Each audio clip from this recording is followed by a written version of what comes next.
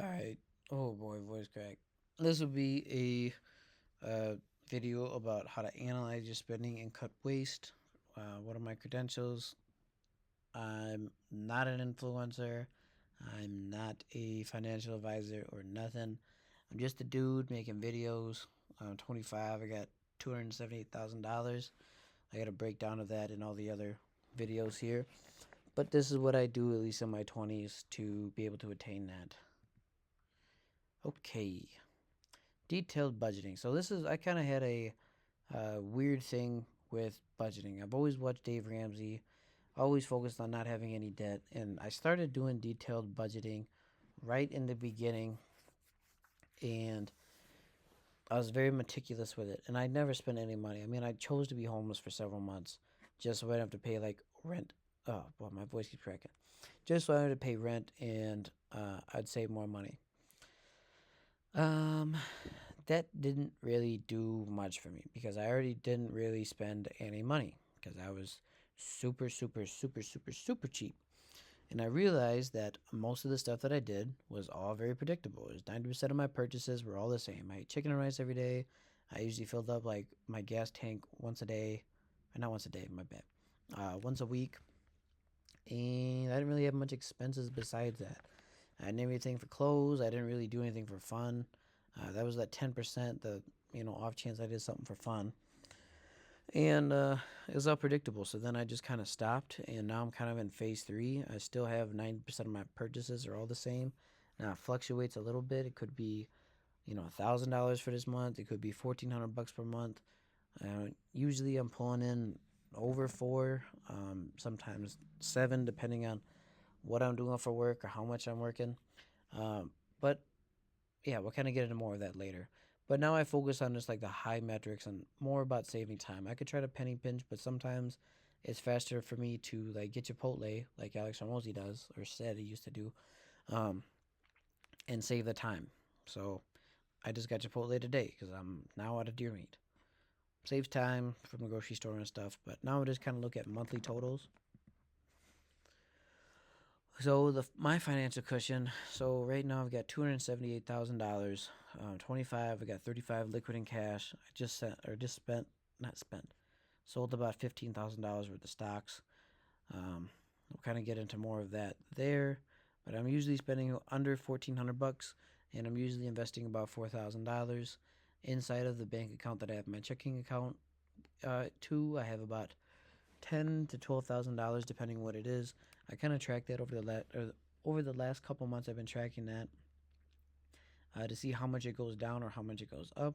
You would say, oh, if you only spend $1,400 a month and then you make a lot more than that, it should be going up all the time. Well, I have it automatically invested $4,000 every month, which is, let's see, if I do that and hang on, let me think.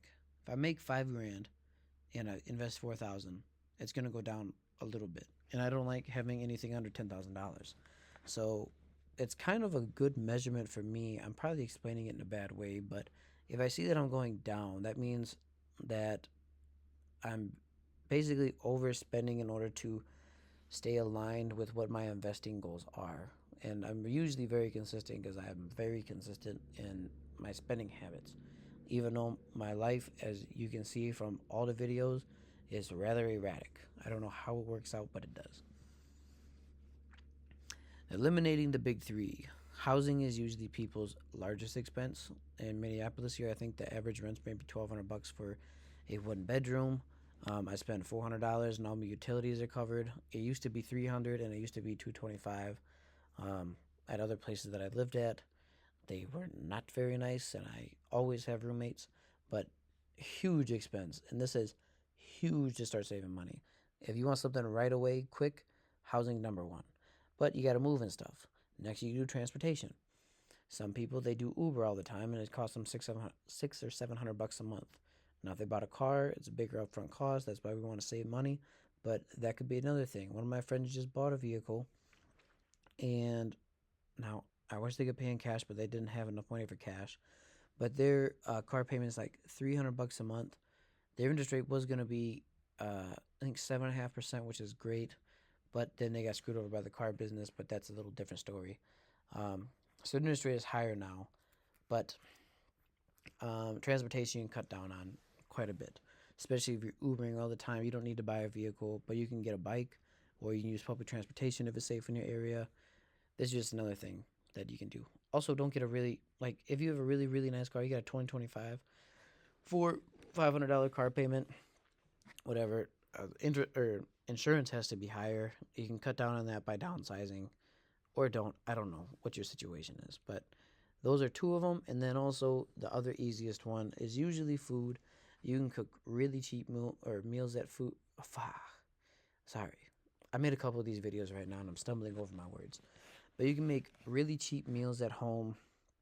Now, it might not save you all the time, but right now, even with my income and stuff, I don't have a bunch of cash or nothing like to start making huge changes. But if you're making chicken and rice, or if you're doing uh, pork loin and rice, that's all on sale. It's kind of hard to justify your time, at least in my opinion, for that because it'll cost you like $1.40 or $2.50, like a meal, which is super cheap, even compared to the $9.25 for a chicken bowl with no extras at Chipotle. Common traps for young men. Now, I don't want to make this just for young men, but I'm a young guy, so that's what I'm doing. Alcohol, dating women, material good, expensive experiences. A lot of the time that's the bar or it's going on trips, stuff like that. These are all like, I don't know, kind of scratch all your vices or your itches usually. But it's all relatively short term. It's not bad to do some of this stuff every once in a while, but this will usually absolutely kill people, especially these two for college students. And then once you get out of college, material goods, nice cars, nice clothes, all of this stuff is you're gonna feel real nice stuff for the short term, but you're gonna pay for it later down the line, and you might not even realize it uh, from what your compound interest is. Tools of the trade, the Little Black Notebook. Um, I don't know what Moleskin is. Gamma made this, but I always have a notebook so you can track your expenses. That's what I do in my Little Black Notebook. You can see from some of the monthly reviews of how I was tracking expenses on a monthly and even a daily scale. Now I do strictly monthly, but I used to do daily as well. If you don't want to spend that time, make it a notebook. I really like them just for a memento afterward, but you can do it for the Every Dollar app. You can even get as a premium version, and it'll automate everything. You can link it to your cards and your bank account, and it sets it up fantastic. Um, I've always been too cheap to do that, and I like these mementos, so I always do this. But this is another great one. Otherwise, you can do spreadsheets, but unless it's automated, if you're doing an Excel spreadsheet and you track it every day, that's going to be a lot of time. Um, and then there's no memento. So if I were to pick two of these, it would be this one and it would be this one. I wouldn't really mess around with Excel spreadsheets. The purchase filter. So when I go to buy something, this is what I think of. Do I want this or do I need it? Is it for survival? Is it food? Okay, yeah. Okay, all right. So that's the first one. Want or need? Food? Yes. Cost versus quality. Can I get it cheaper? If it's chicken, yeah, you can always get chicken cheaper.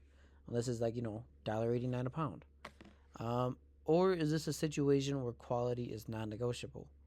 Cars is a great example of that. You don't want a $500 car right now. You used to be able to get those, but not anymore. Or, you know, I'm not even going to say really meat right now. I still get really, really cheap meat. I'm not paying $5 a pound for chicken. Just for this season of my life, I'm doing it now. So maybe wait on the line. If I have kids and stuff, I can get the actual good, much more healthy stuff that's not pumped up with all them steroids and antibiotics. Finally, impression check. Am I buying this to impress someone else? If so, walk away. This is most commonly with clothes. Even this one with clothes, quality. I'm buying Lululemon or I'm buying Nike. It's gonna last longer. I get the really cheap stuff and I just sew it back up, and I can probably make it last just as long as the quality stuff. So it does not look very good, and maybe in a more professional job you need to look good. But you can still probably find it on a budget there. I get a full suit and coat jacket for 140 bucks off JCPenney's. Went there, got some guy to help me out because I don't know anything about suits. It was like 210, and then I got some promotional deals, and I got their credit card, which I then canceled right after. But I got it down to 140 bucks. Cars, even though I said that we want quality cars, Mazda 3s, fantastic. They're still cheap. They don't have like the name brand behind Honda and Toyota, so you can kind of get them at a better deal. I am not talking about a 2025 Hellcat or something for quality in that sense. Something very reasonable, something that's still cheap. Hellcat, impression check. That's for impressions. Even if it's for your own and you really do want it for yourself, it's no longer a want, or it's no longer a need. It's a want. So this is at least the framework that I use. It's pretty simple, and I don't even think about it now when I do it. I don't think I ever really have. Detaching identity from spending. Most purchases people make aren't for themselves; they're for the image they're trying to project. This is at least what I have noticed. One of the biggest ones has always been like Ray Bans, which is kind of funny because I have the Meta Ray Bans, right? But I use that for all of this. So, glasses you can get for $10 online, Amazon, whatever. If you care about where you manufacture it is, cool. If you're gonna care about that though, you better have money. Otherwise, Ray Bans, they just have a little logo on there, guys. It's not really that big of a deal. So, just detach yourself from I'm a Ray Ban guy or I'm a Lululemon person. Just get the cheap stuff, man. It looks just fine, especially if you're a dude. Bro, nobody cares. Philosophy of gratitude. Let's see. This is basically just why to be cheap. So we'll start with priorities here. Material things don't matter until you have a spouse or a kid. And not even like that's not to get a BMW and stuff. That's just saying like you don't really need really quality stuff, especially if you're a young single dude, because you want to be able to provide better later for your family. Humility.